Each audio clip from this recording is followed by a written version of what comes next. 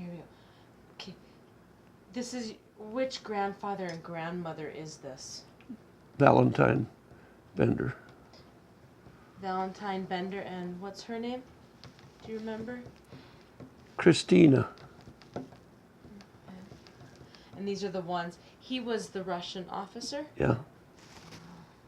Mm-hmm. Do you have anything else you'd like to share about this picture? Hmm? Do you have anything else you want to share about this No. picture? Okay. Then I'll go ahead and move it off to the side.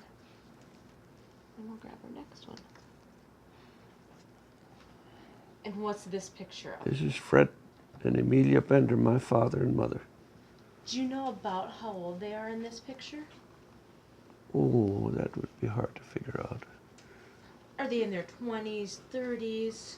Oh, I'd say maybe 40-ish. Okay. These are the two we've shared numerous stories about. Would you like to put the next two on at the same time or separately? These are pictures of, this is my mother and dad with their Model T car. And then this is a picture that they had taken. Is that the 1928 Model T? Well, Is that their older one? yeah, it could be about 28. No, in 28 we bought a Chevy. In 28 they bought a Chevrolet. So is It this would even be older? 26 or 25 or 26 Model T. Did a lot of your neighbors have cars in the mid-20s like you did? Like your parents did? Yeah, a lot of them had a Model T. Yeah. Okay. But when the ones came out with glass, that was a novelty. In 1928, we bought a 28 Chevy, brand new, and that had glass windows. Oi, that was something. Yeah. Was there just nothing there before? Well, the Model Ts had those flaps, those like curtains. Oh, okay.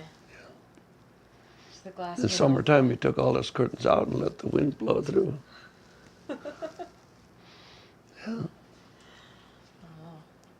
Do you remember the first car you Are ever you- owned? Hmm? Do you remember the first car you ever owned? Yeah. It was a Studebaker, 1950 Studebaker, Champion. Yes, are you recording? Yeah. Yeah. 1950. I paid $1,450 for that. That was another one of those deals. I said, I haven't got $1,450. Well, how much you got? He said. And I said, I got $700. That's good enough. He says, pay the rest when you can. And so next fall I paid part of it, and the following fall I paid another part of it. Only took you 2 more payments to pay it off? Well, I owed $700 more, so I don't know how I paid that. $450 a year or something, I don't know. Yeah.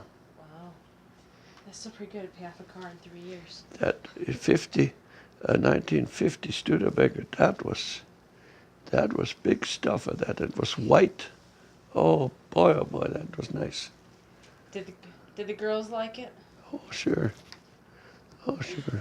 What would young adults do? Because you had been a young adult when you bought that car. Well, I was about 21, maybe. Yeah. What would young adults do at that time for fun? Pick up a girl. Would you take her to the movie, out to dinner? Not to dinner. There wasn't much of that going on. You took them to the movies. You drove around town and parked a little here and there. And but as far as that new car, that did make a difference. All of us guys were knocking around driving the dad's old Chevy or something, and here I come around and I got a brand new car. And, oh, I got to tell you, maybe it doesn't fit in here, but I'll tell you anyway. Venturia was a small town, and they used to have a Tuesday night was their open night. Everybody came in on Tuesday night. Well, I'd go down too, and my dad would say, you bring some plowshares or something. And so, okay. So I'd go down there, but I didn't have my little Buick, my little Studebaker then yet. I had my dad's car. And do my buying what I had to buy at the hardware store and stuff. Then we get out in the car. Well, Venturia had a square block where the business was, and they had wooden sidewalks clear around them. So we knew which girl we'd like to pick up, and so we'd drive around that square, and when we'd see her, I'd go beep, and she'd come out of the ranks and come over and get in the car. So that was an old joke. I told that not long ago to somebody. He says, "You're right, that's the way it was." They must have done the same thing. All you had to do was honk the horn. Beep, and she just dropped everything, came over and got in my car. Is that how you met your first wife? No. I met my first wife through a church, actually. We had some function in, well, I knew her before. I saw her in Ashley Saturday nights. And I'd pass her, and she was just this cute little gal. She was cute. And she'd say hi, and I'd say hello. I thought, wow. But I didn't know her that well, you know. I didn't know her at all. I didn't know her name, but she was cute. And so pretty soon, another Saturday, here she was again. And so that was pretty interesting. Then we went to camp. Kids went to camp, you know, our age, to Jamestown camp. So I met her up there. In fact, when nobody was looking, I picked her up and we drove around Jamestown a little bit and went back to services. Well, then I come home from there, and then 2 weeks later or so, I said to somebody, I'm going to drive over there and see if I can find where she lives, by Fredonia, Lair Fredonia. I drove and drove and drove. Finally, I thought, gee, I must be there pretty soon. Stopped. And I said, I'm looking for Fred Wolf's farm. And they were grinning and grinning, that husband and wife. I thought, what's so funny? Oh, they said you passed by up here the last corner. You should have gone a mile north and then into the yard. They laughed, you know, both of them smiled, and I thought, that doesn't seem to be that funny. Finally, they said, you're looking for Phyllis, aren't you? And I says, yeah. Well, we're here, her aunt and uncle. They lived a mile down the road. So I drove in the yard. You know what? She couldn't go with me. She had a date. I drove 25 miles to come and see her. So I said, how about next week? Yeah, okay. So I went home, went back home and over to Wishick, drove around town and gave a few rides and stuff like that. Next Sunday I was over there. And that was our first date. That we actually, well, we drove around in Jamestown a little bit, but she was an only child, and her dad was a wonderful, wonderful man. I learned so much from him. My dad was a nice man, good man too, but her dad was different in other ways, and I learned a lot from him. And so then, my family, my dad and mother, and my younger sister and I we went to the West Coast. Well, we had been dating for a few months, 3 months. We went to the West Coast and we visited Oregon and Washington, then down to California, home. We were gone a month. So when I came home from there, I made a beeline for their house. She came running out of the house. She was waiting for me to come home. So it wasn't long we decided to get married. But we didn't get married for a year. It took over a year before we got married. Our wedding picture. It's yours. What was your first wife? Phyllis? Phyllis. Did you guys have a big wedding or a small wedding? Oh, we had about 300 people, 250, 300 people. Yeah. And was it was she German? Yeah. Did you have This a wedding area, dance? everybody was here. No, we don't have wedding dances at our churches. Oh, okay. Okay. So did you just have one meal, or did you serve 2 meals with people visiting in between? No, just we had the wedding at 6:00, and at 7 we were out later at the auditorium, and then they served everybody a meal. What was the meal? Oh, gee, I don't remember. Is it like a meat and potatoes type German thing? Would there have been Kuchen, any kind of desserts at it? I don't know. It was ice cream. I know we had a lot of ice cream. But it was a big wedding. Did you guys go on a honeymoon? Yeah, a week. We left that night as far as Jamestown, and then to Fargo the next day, and to Minnesota someplace, and came back on a Friday. Yeah.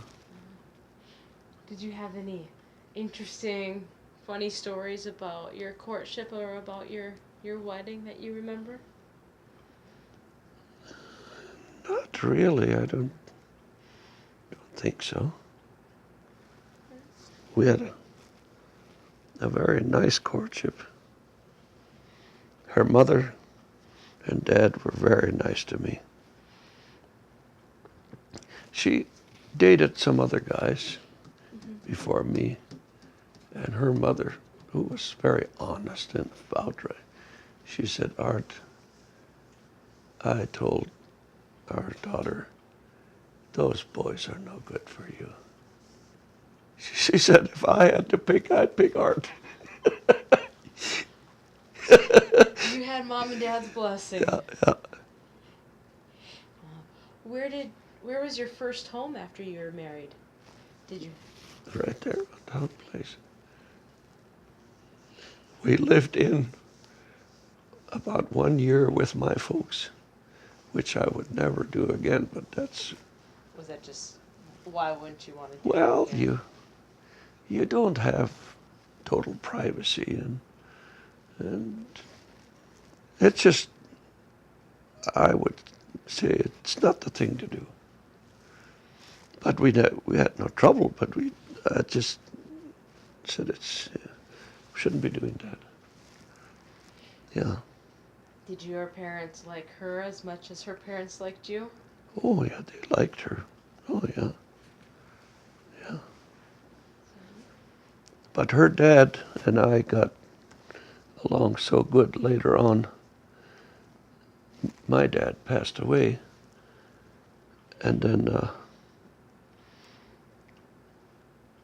finally my father-in-law got too old to farm, and his hired man, who was his nephew, up and quit one day in May after they had seeded.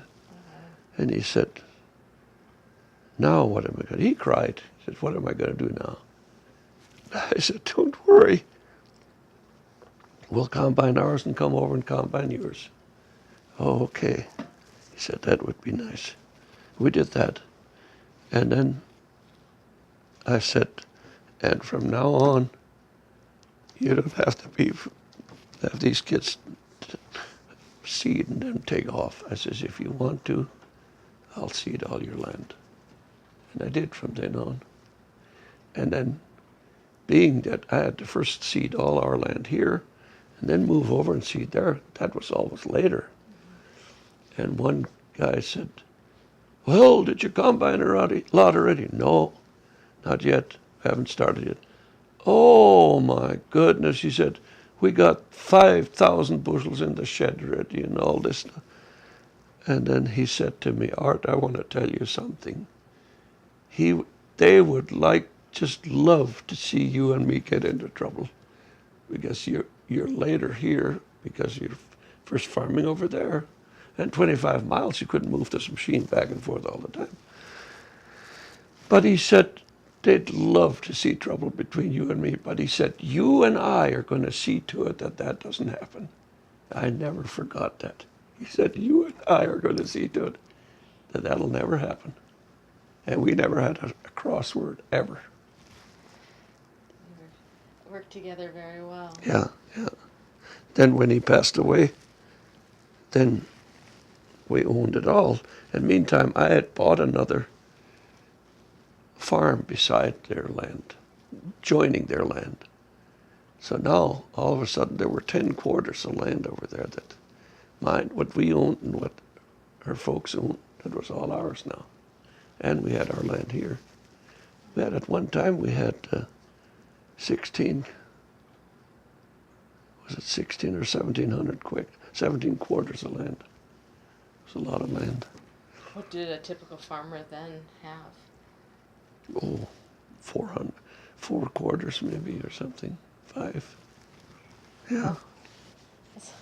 But we had 2 combines and 3 big tractors, and we've a couple of hired men, and You made it work. yeah. Okay, Well, speaking of farm equipment, let's go on to the next. Yeah. This is our business. We sold balers. One year we sold 24 hay balers in one summer.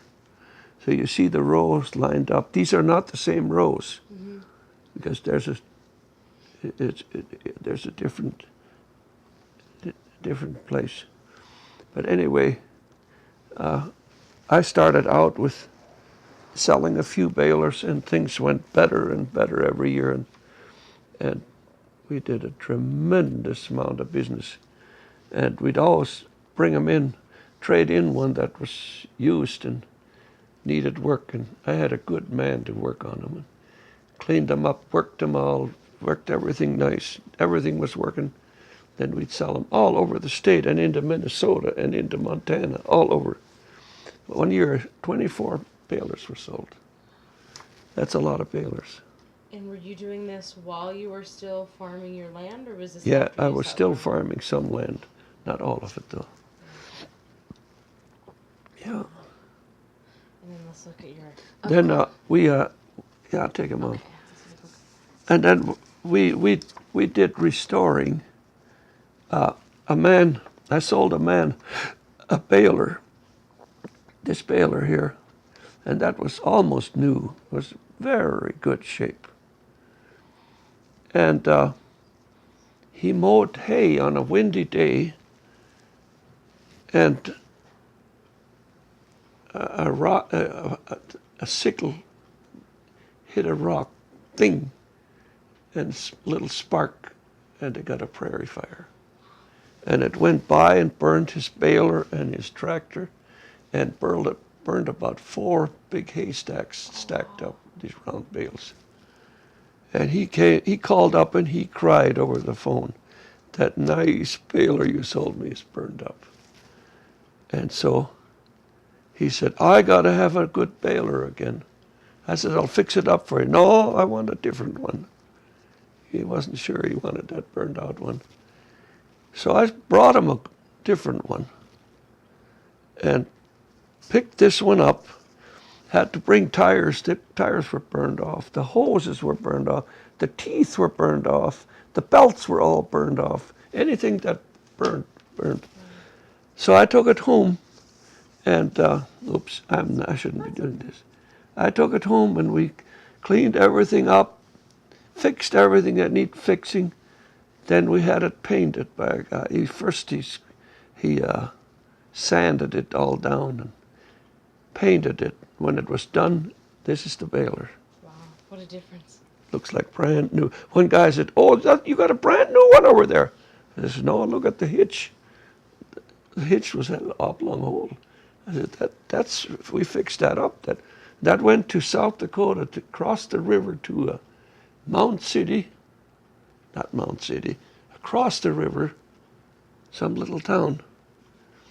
And I saw him several years later. He said, "Boy, that baler you sold me was sure a good one. Everything worked so good." And that was this one here. Wow, night and day. Yeah. Okay, now we'll go here. Okay.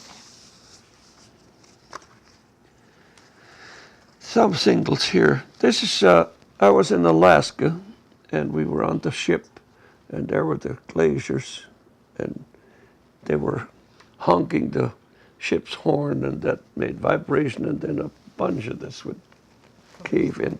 And I stood here as I'm on the ship. That's in Alaska. That's when I was single. My wife had passed away, and I went up there. Okay, now here is an earlier picture of my family. My first wife, Phyllis, and Carol, and Connie, and myself. And in '92, she passed away. Phyllis passed away. The day we buried her, the next day, my girls and I were standing in front of the house and saying, "What's next?" And then they went home. Connie lives in Dallas, and Carol lived in Bismarck, but now they're both going to be in Dallas. Okay. It wasn't too long till you met your next wife? Huh? Where is So she? how much longer was it after your first wife passed away before you met your current wife? 4 or 5 years. Wow. 4 years, I think. Something like that. Yeah. Wow. Yeah. I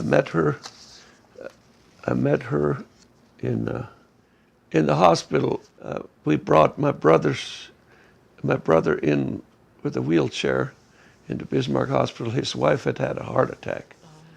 And they waited too long to get her to Bismarck. And when we got up there with the wheelchair, the doctor came to me and she said, "Are you a relative?" I said, "Yeah."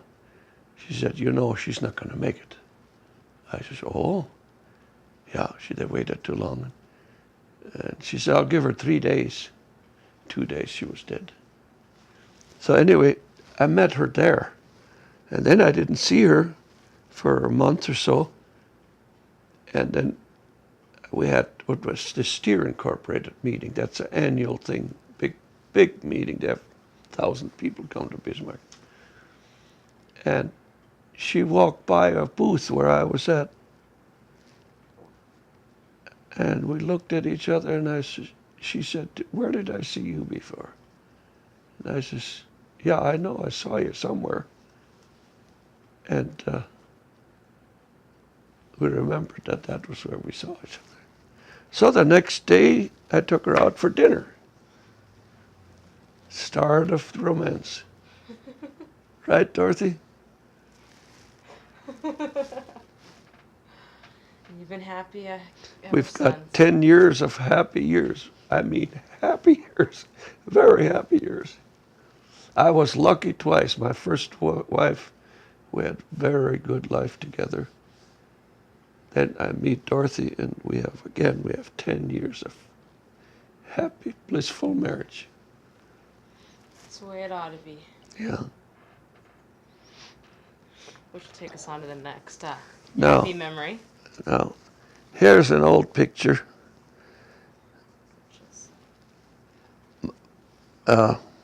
That's me, and that's Lawrence Welk, and that's Phyllis, my first wife, and this is a lady from California who used to live in Wishick.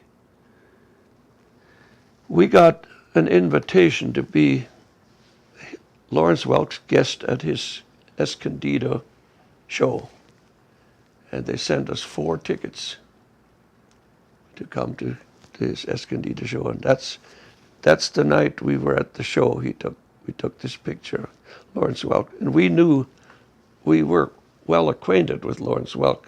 He came home to Strasbourg sometimes, and his brother would invite us over. Lawrence is home from California, and once we met him at a golf course in Linton, North Dakota. So we were well acquainted with him, and he said he had a place picked out for us in the audience, the third row up from the front, right where they act, 3 rows up. There was a. So now, 10 years later, they're re-showing all these old movies. So not long ago, a guy said, "Saw you on the Lawrence Welk show again," and that's 15 years ago, more than that maybe. Oh yeah, that's longer. Okay. Go ahead. This is my grandfather, Valentine Bender, who served 5 years in the Russian army, and it's a picture of him in his uniform. And after 5 years, he and his wife, Christina, and the children escaped at night, leaving for America. That's one of the last pictures they saw over in Russia. And this is a picture of my grandfather's family. I don't think they're all. It says 4 were born after this picture, but if you note, this is my father here, and he looks so much like I do in a picture further down. So I don't know if we can find it just quick.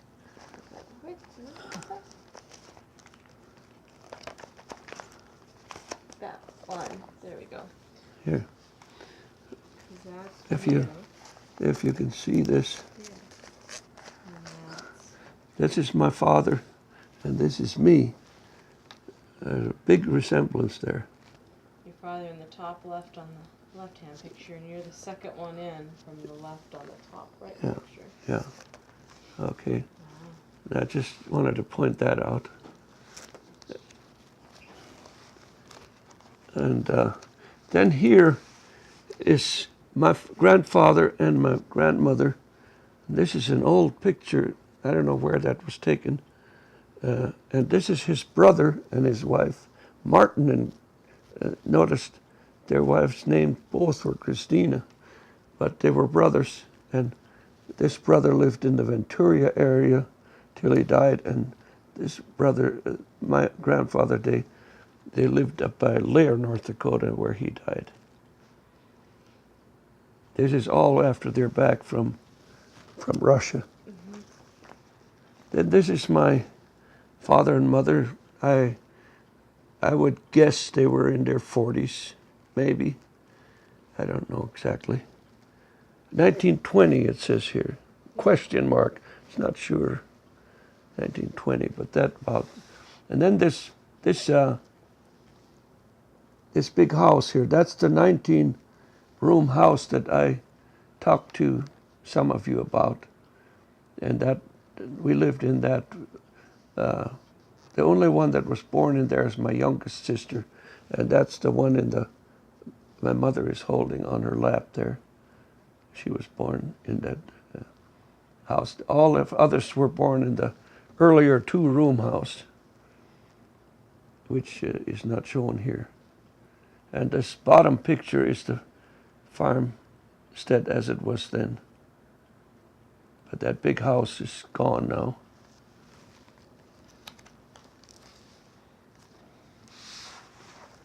This is my mother and dad, Fred and Emilia Bender. 1941. 1941. They were in California to visit his brothers and sisters, and I saw that little dent on the car, and they called home, and I said, "Did you have an accident?" "What makes you think I had an accident?" He says, "You got dent in your fender." But they were in California. This was a 34 Chevy, I think it was. And then this one later was a Nash that we drove many years. Whoop.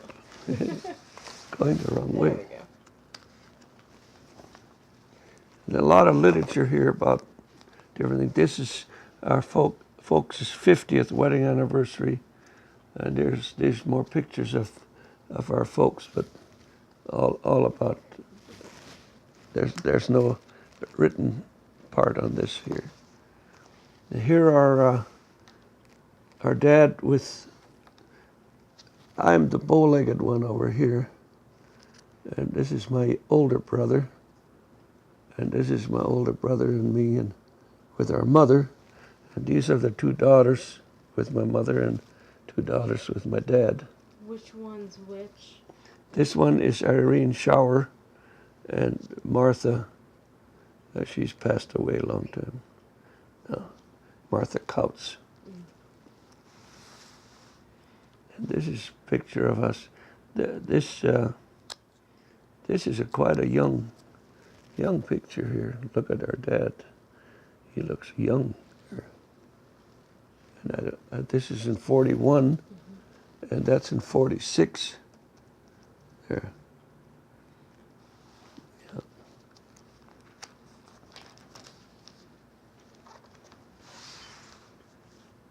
This is our folks again. Pictures of them by their house, 1954 and 64. Same house in Wishick.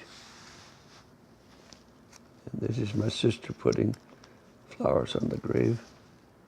Here we have pictures of us thrashing, throwing bundles into the thrashing machine, and our grandpa Bender standing up here on top of the thrashing machine. He was running the machine. Okay.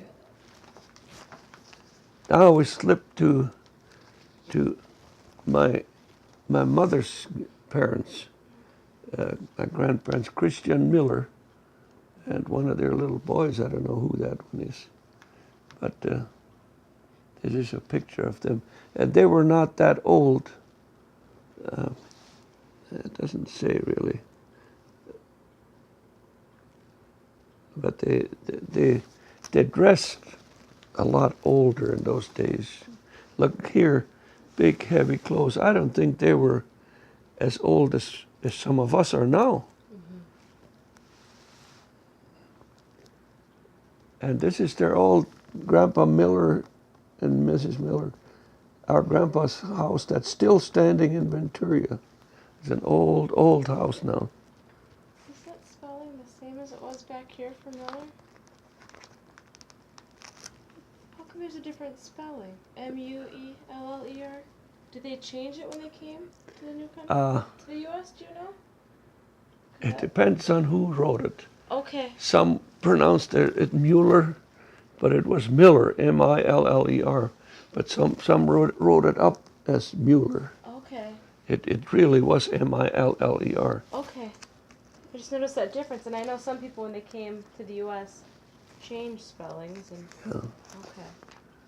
All right. Now there's a lot of obituaries, and here's an interesting picture. William Hebe and Charlotte Wall Hebe, her fourth husband, mother to children to Christina Knoll Miller, my grandmother's mother. Was married 4 times. She was married 4 times, and she raised 28 children. She raised 22, and some say she raised 28. That's not all her children. Sometimes she married 4 times, and these men had children of their own, but altogether she's supposed to have raised 28 children. That's a lot. And then there's some churches here. They got the wrong dates on here. This was the Venturia Church. I remember that church before they took it down and built a new one. And then this Castle Church. I never knew much about that. That's where all the Benders moved to when they came from Russia and moved up here. And then the Birch Station was another station south of Venturia that some of them lived in by. And then here is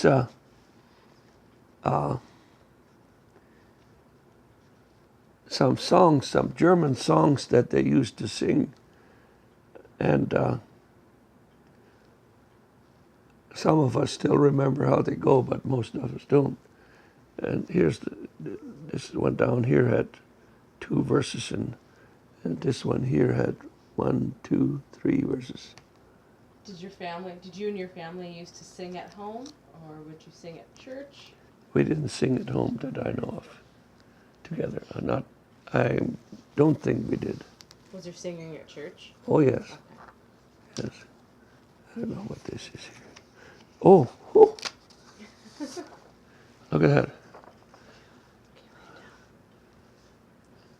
Central Association meeting, Art Bender moderator, 1980-1982.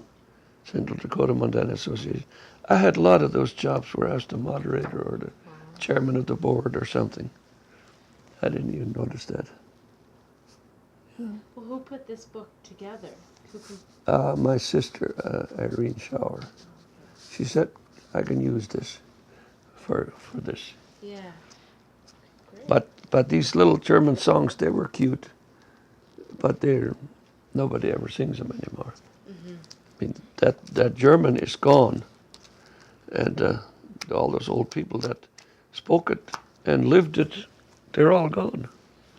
You don't have anybody in Wishick that you can still speak German with? Oh yes, Okay. a lot of them, but they're all 80 and 85 and 70.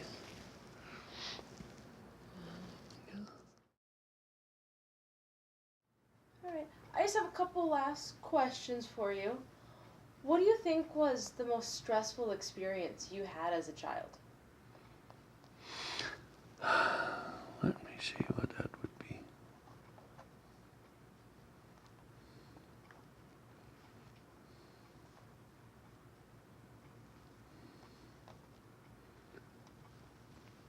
I couldn't really tell you what was the most stressful. The drought and never having any money and we had enough to eat because we ate what we raised, pigs and chickens and eggs, but there was no money for anything. And if anybody else had some money, they had maybe a car or they had something, and we couldn't even think of that years ago. But stressful, we had a good family relationship. Our dad was strict. If we got out of line, we got a spanking. But we soon learned that he meant it for the good of it, that we turn out. He said to me one day, I said something about how come he's so rough with us. He said, I want you to turn out good. I'm doing this just so that you'll turn out right. And I never forgot that. If I had a spanking coming, fine. I don't think I ever got a spanking when I didn't have it coming. But as we got older, there were no spankings, but he would sometimes tell us what he thought of some of the ideas we had.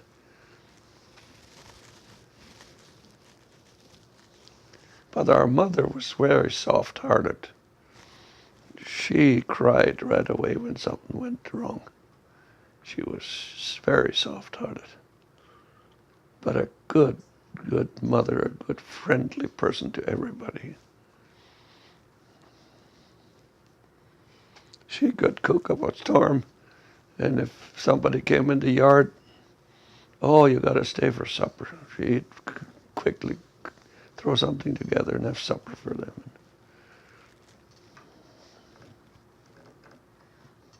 What do you think was the most most adventurous thing you did as a child? Oh, I don't know. We rode horse a lot, and some of those horses were not broke very well, and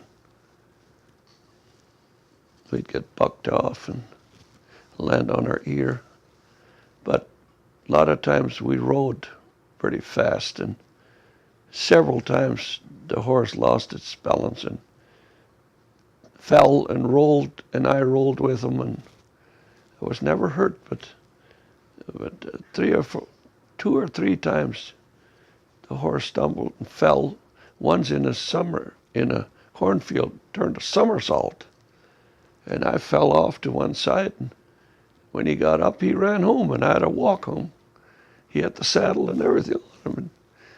And one time he stumbled. I was riding along a fence line, and he stumbled and fell and rolled, and his feet flew over on the fence. And he was wiggling and jiggling, and I couldn't hardly get him out of there, but get him back away from the fence because he was cutting up his legs and stuff. So some of those things we could have been a little more careful sometimes maybe. But we rode horse a lot. Oh boy, we herded cattle. All that year, those years I was growing up, we had to herd the cattle someplace because there was no grass. We'd herd them in section lines and in ditches and in a lake bottom someplace if there was a little grass. And that horse got ridden all that time. What's your happiest memory from your childhood? Boy, I don't know. What was happiest?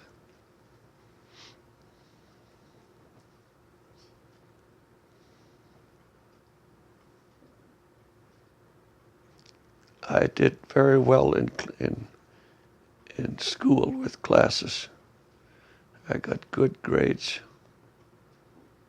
I got a lot of praise too.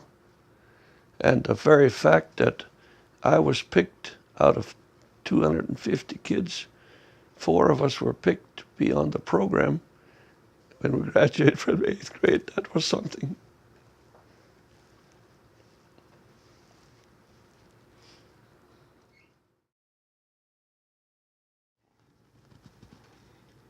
You want to go ahead and tell your story about when you were in the spelling bee? Well, there were once a month or so we had spelling bee or so. And they'd start with the whole school. They'd start with smaller grades. If they didn't make it, then got a little higher grades.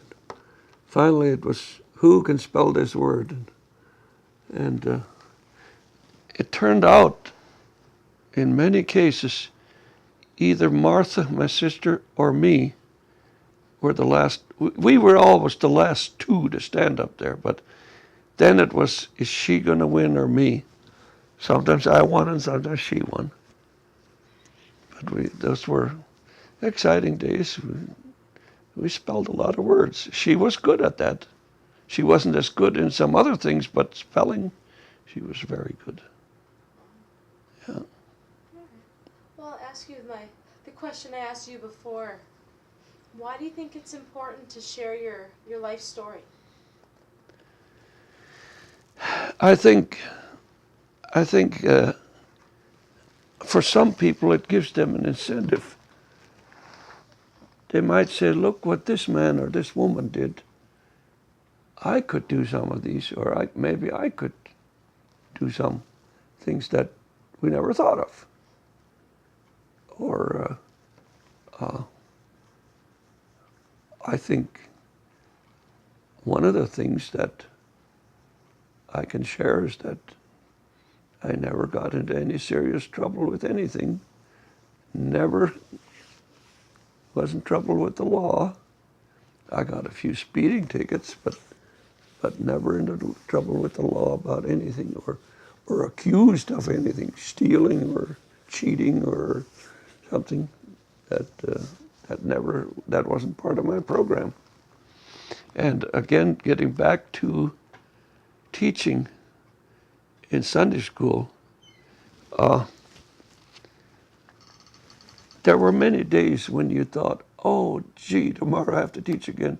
Haven't had time to study. But you managed to get your studying done, and you got the job done, and people admired that you could get this information from the Bible, from these verses. And I've never been sorry that I was a teacher this long, but at the same time, I got to say, after 64 years, you are thinking, am I going to quit one of these days and say, this is it? It's a lot of years. Do you have any other thoughts or observations that you would like to share? Well, we didn't talk much about Steer Incorporated. Can I talk a little on that? Sure. I've been a member of Steer Incorporated for 40 years or so. And it's a mission project that people go into, and they take a cow and they go, the missions gives them the cow, and they raise a calf. And before the calf is born, they have determined what mission they want to go with. Is it Lutheran missions? Is it a Baptist mission? Is it a Methodist? Is it Awana, or is it something? They've decided what mission they're going to give this money to. Then the calf is sold, and that money goes to that mission, forwarding their work. And it's entirely non-denominational. All kinds of churches people have joined. I had a few Catholic people, not as many as other people, but I had a few Catholic members who joined and loved it.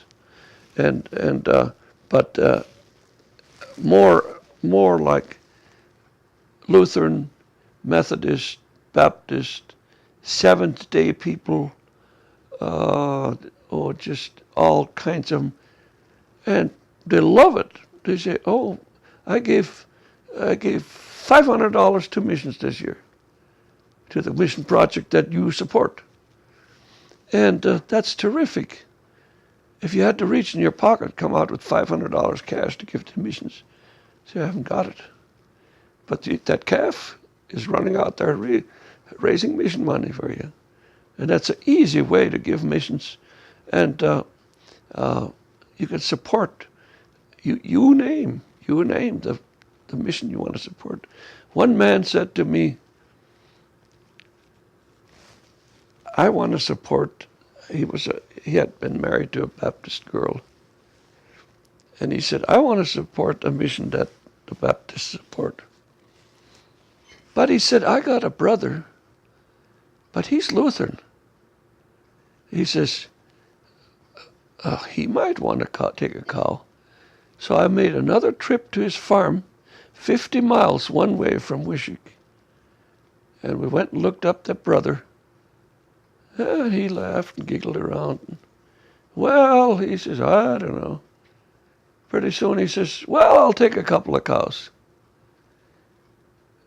And I'll pick one. He looked through. There's a Lutheran one. I don't like this Lutheran one.